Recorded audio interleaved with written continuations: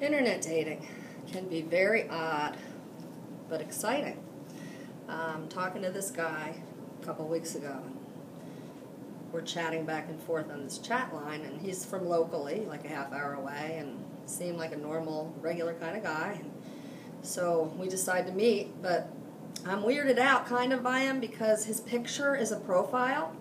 And that wouldn't be so bad to have your picture a profile, but then when they have the smaller pictures and you zone in and see that all of his pictures are profile on one side of his face, different outfits, different hairdos, whatever, this guy freaked me out. So I had to know. I had to know what was on the other side of his face. It's weird, I know. But I knew something was wrong because there was a few times where he would repeat himself chatting on the computer, and I thought, well, he probably hit a wrong button. Okay, so we go to meet this guy, and it's at a diner. So I walk in, and I look over, and there's this counter, and there's like 4 guys sitting there smoking cigarettes, drinking coffee. And as I look at the 4th one, I see it's a profile. It's him.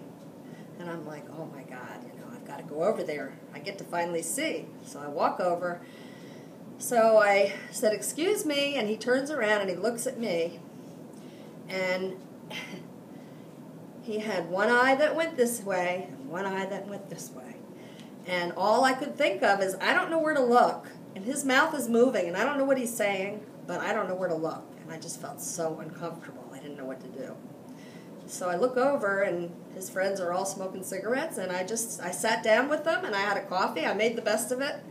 And as I was leaving, I turned around, and I saw this sign that said National Convention for the Mental Health. And I thought, oh my God, no wonder. He was repeating himself like a Rain Man. It all made sense. Another time I was driving down the road in a truck with this guy. I know, don't get in the car with a guy on the first date, but I get in the car and his truck, and as we're driving, he stops to go in and get a pack of cigarettes, whatever. And as he's gone, before he gets out of the truck, I look at him and I say, what is that on your dashboard? It was like this weird face, this guy. So he goes, oh, that's the Grim Reaper. And I go, oh. And he goes, I'll be right back, hon. And he gets out and he goes in, and I'm like, Grim Reaper? What's that mean? So I get out my little computer and I'm Googling Grim Reaper. Infatuated with death. And I'm like, what do I do? He's coming out of the store. I'm in his car. What do I do? So I quick call my sister, and I'm like, what do I do? Grim Reaper, I don't know anything about this stuff. And she's like, you better just get out and walk around the corner. So I did. I got out, I walked around, got a phone, called. My daughter picked me up. And that was the end of the Grim Reaper for me.